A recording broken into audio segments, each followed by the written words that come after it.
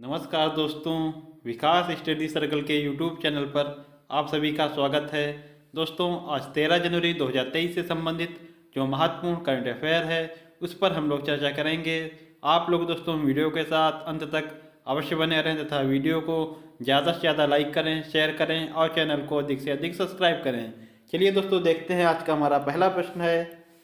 Australia द्वारा हाल ही में किस भारतीय भाषा को पब्लिक स्कूलों में पाठ्यक्रम में शामिल करने की घोषणा की गई है? तो दोस्तों, जो पंजाबी भाषा है इस भाषा को दोस्तों ऑस्ट्रेलिया द्वारा जो पब्लिक स्कूल हैं उनके पाठ्यक्रमों में शामिल करने की घोषणा की गई है। इससे पहले दोस्तों 2021 में ऑस्ट्रेलिया के द्वारा ही हिंदी व तमिल को पाठ्यक्रम में शामिल किया गया था। यह भी आप लोग ध्यान रखिएगा कि 2021 में ऑस्ट्रेलिया द्वारा ही हिंदी भाषा और तमिल भाषा को जो पब्लिक स्कूल हैं इनके पाठ्यक्रम में शामिल किया गया था। और जो ये भाषा है पंजाबी भाषा या हिंदी या तमिल भाषा ये प्री प्राइमरी से 12th तक केवल चलाई जाएंगी। आगे देखिएगा, अगला प्रश्न है।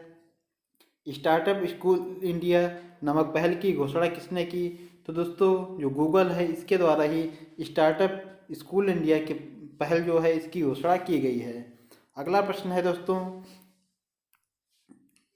संयुक्त राष्ट्र महासागर सम्मेलन 2022 का आयोजन कहाँ किया गया?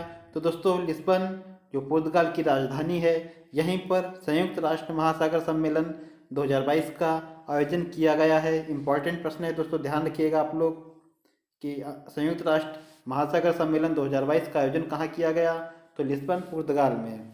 अगला प्रश्न है दोस्तों, ब्रिटेन के प्रिंस हैरी ने किस शीर्षक से अपना संस्मरण जारी किया है? तो दोस्तों, जो ब्रिटेन के प्रिंस हैरी हैं इन्होंने स्पेयर नाम से अपना जो संस्मरण है यह जारी किया है। और इसका प्रकाशन किसके द्वारा किया गया? तो पेंगुइन जो प्रकाशन है इसके द्वारा यह प्रकाशित किया गया है। ध्यान रखिएगा दोस्तों, जो इनका संस्मरण है इसका नाम क्या है? तो स्पेयर इसका नाम है। आगे देखिएगा, अगला प्रश्न है। नेशनल फूड सिक्योरिटी एक्ट के तहत राज्य रैंकिंग सूचकांक 2022 सामान्य श्रेणी के राज्यों में किस राज्य को शीर्ष स्थान पर रखा गया है? तो दोस्तों, जो उड़ीसा राज्य है इसे नेशनल फूड सिक्योरिटी एक्ट के तहत जो राज्य रैंकिंग सूचकांक 2022 है इसमें सामान्य श्रेणी के राज्यों में शीर्ष स्थान पर रखा गया है। दोस्तों, जो ये NFSA एक्ट है यह कब का है? तो 2013 का एक्ट है। आगे देखिएगा, अगला प्रश्न है। केंद्रीय माध्यमिक शिक्षा बोर्ड जो CBSE है इसने परिणाम संबंधी गतिविधियों को सुव्यवस्थित करने के लिए कौन सा पोर्टल लॉन्च किया है? तो परीक्षा संगम पोर्टल दोस्तों लॉन्च किया गया है CBSE के द्वारा। परीक्षाएं जो है दोस्तों परिणाम से संबंधित यह पोर्टल है, ध्यान रखिएगा आप लोग। और CBSE की बात की जाए तो दोस्तों CBSE की पहली महिला प्रमुख की बात की जाए, पहली महिला प्रमुख कौन थी? तो दोस्तों जो निधि छिब्बर हैं, निधि छिब्बर, यह दोस्तों CBSE की पहली महिला प्रमुख थी निधि छिब्बर जी। आगे देखिएगा, अगला प्रश्न है। किस संस्थान में प्रौद्योगिकी नवाचार केंद्र तिहान का उद्घाटन किया गया है? तो दोस्तों ध्यान रखिएगा, ये भी प्रश्न काफ़ी इम्पोर्टेंट है कि प्रौद्योगिकी नवाचार केंद्र तिहान का उद्घाटन किस संस्थान में किया गया? तो IIT हैदराबाद में दोस्तों इसका उद्घाटन किया गया है। नाम जरूर ध्यान रखें तिहान का। और किस IIT में उद्घाटन किया गया? तो IIT हैदराबाद में। आगे देखिएगा, अगला प्रश्न है।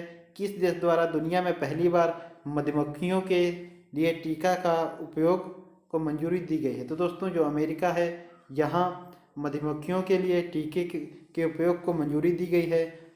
अमेरिका में दोस्तों जो मधुमक्खी पालक हैं इनमें एक रोग दिखाई दिया है, क्या नाम है इसका? फुल ब्रूड रोग। यह दोस्तों हो रहा है जिसमें व्यक्ति की पित्ती प्रभावित होती है। जो फुल ब्रूड रोग है इसमें व्यक्ति की पित्ती प्रभावित होती है। इसीलिए दोस्तों इस रोग से बचाव के लिए जो ये टीका खोजा गया है इसके दोस्तों उपयोग की मंजूरी अमेरिका द्वारा दी गई है। इसमें दोस्तों आप लोग ये जरूर ध्यान रखें कि जो यह फुल ब्रूड रोग है इसमें क्या चीज़ प्रभावित हो रही थी? तो पित्ती।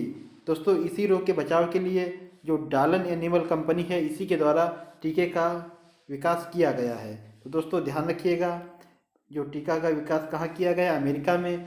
दोस्तों रोग कौन सा हो रहा था? फुल ब्रूड रोग हो रहा था। और इसमें कौन सा अंग प्रभावित होता है तो पित्ती। इसका टीके का निर्माण किस कंपनी ने किया तो डालन एनिमल कंपनी ने। आगे देखिएगा, अगला प्रश्न है, हाल ही में प्रारंभ विश्व के सबसे बड़े नदी क्रूज एमवी गंगाविलास द्वारा वाराणसी से डिब्रूगढ़ तक कितनी दूरी तय की जाएगी। दोस्तों इम्पॉर्टेंट प्रश्न है, काफ़ी इम्पॉर्टेंट प्रश्न है, ये आप लोग जरूर ध्यान रखें। आगे आने वाली जो आगामी परीक्षाएं इसमें जरूर ये प्रश्न हम जरूर पूछा जाएगा, किसी ना किसी परीक्षा में दोस्तों पूछा जरूर जाएगा। तो दोस्तों इस प्रश्न को आप लोग बहुत अच्छे तरीके से ध्यान रखें कि जो विश्व की सबसे लंबी नदी क्रूज सेवा है, विश्व की सबसे लंबी नदी क्रूज सेवा, इसमें दोस्तों जो ये क्रूज सेवा है इसका नाम क्या है तो एमवी गंगाविलास। नाम भी आप लोग जरूर ध्यान रखें, नाम है एमवी गंगाविलास।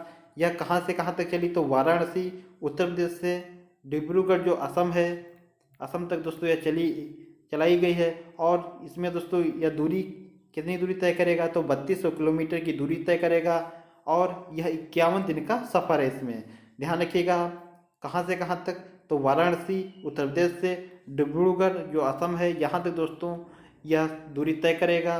दूरी है 3200 किलोमीटर और 51 दिन का सफ़र है।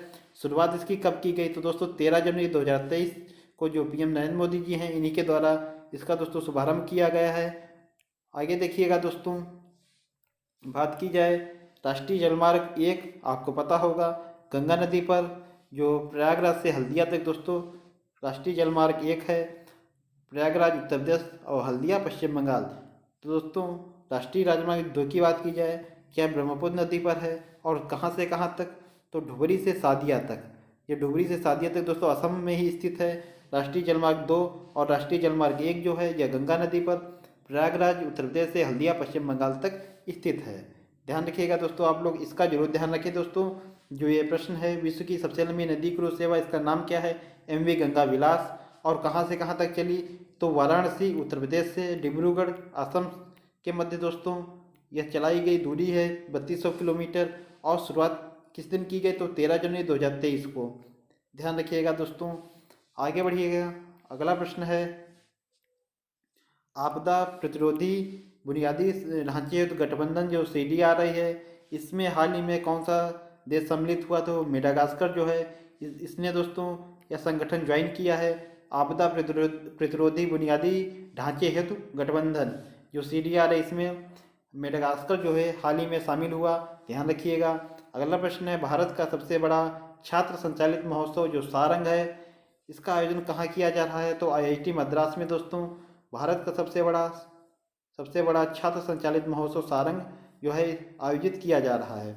यह 28वें क्रम का है और जो सारंग है दोस्तों सारंग 2023 इसका सारंग का नाम सारंग कहाँ से पड़ा तो दोस्तों यहाँ पाए जाने वाले जो चित्तीदार हिरण हैं इसी के नाम पर इसका नाम सारंग रखा गया है।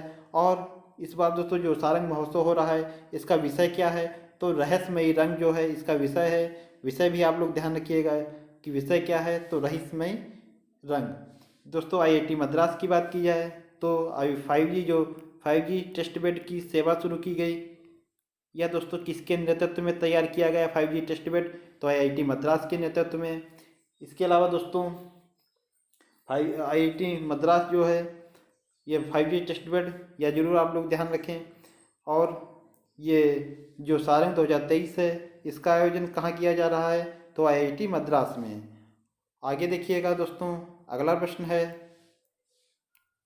परम अनंत सुपर कंप्यूटर किस संस्थान में स्थापित किया गया तो IIT गांधीनगर में दोस्तों परम अनंत सुपर कंप्यूटर जो है स्थापित किया गया है।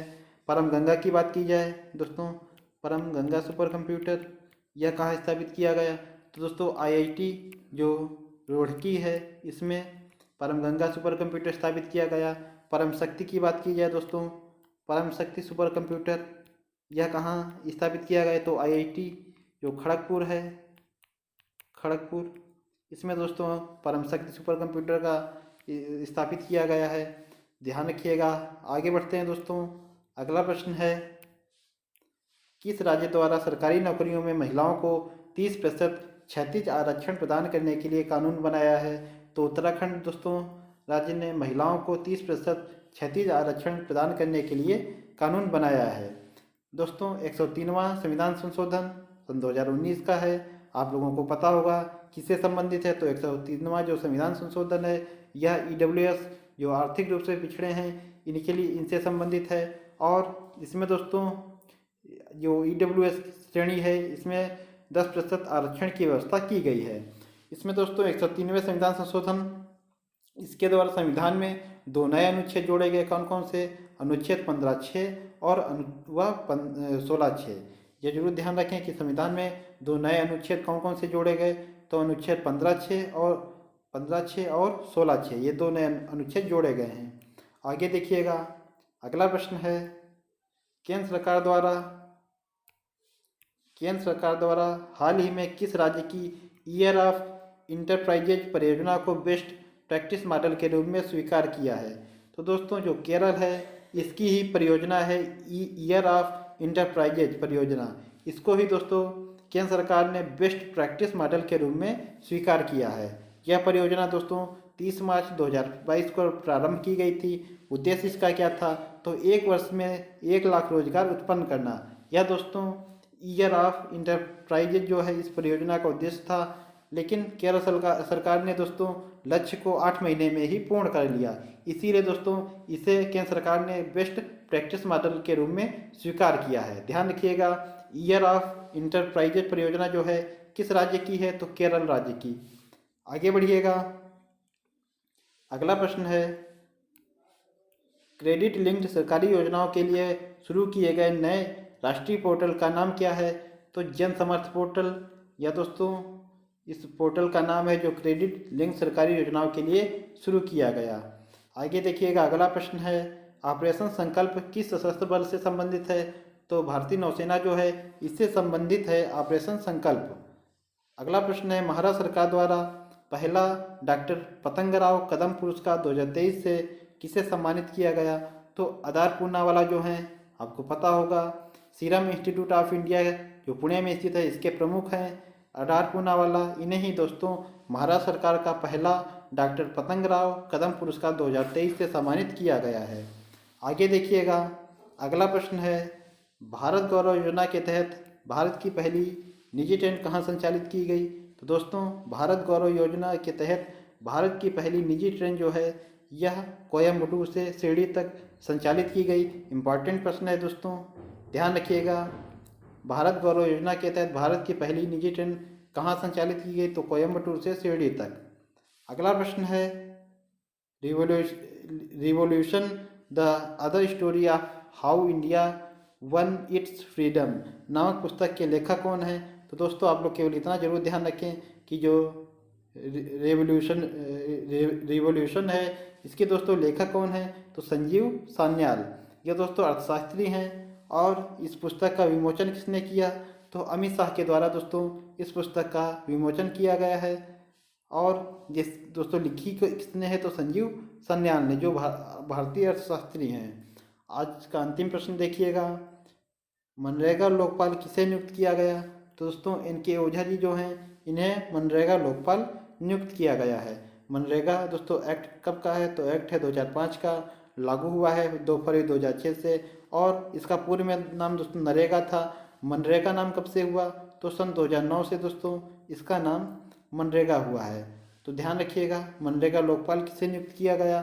तो इनके ओझा जो हैं इन्हें जो है मनरेगा लोकपाल नियुक्त किया गया है। ध्यान रखिएगा दोस्तों, ये थे आज के हमारे जो करंट अफेयर की दृष्टि से महत्वपूर्ण प्रश्न। आशा करता हूँ दोस्तों आप लोगों को वीडियो पसंद आया होगा। वीडियो पसंद आया हो तो दोस्तों वीडियो को लाइक करें, शेयर करें और चैनल को अधिक से अधिक सब्सक्राइब करें। मिलते हैं दोस्तों अपने अगले वीडियो में। तब तक के लिए आप लोगों को बहुत बहुत धन्यवाद। जय हिंद दोस्तों।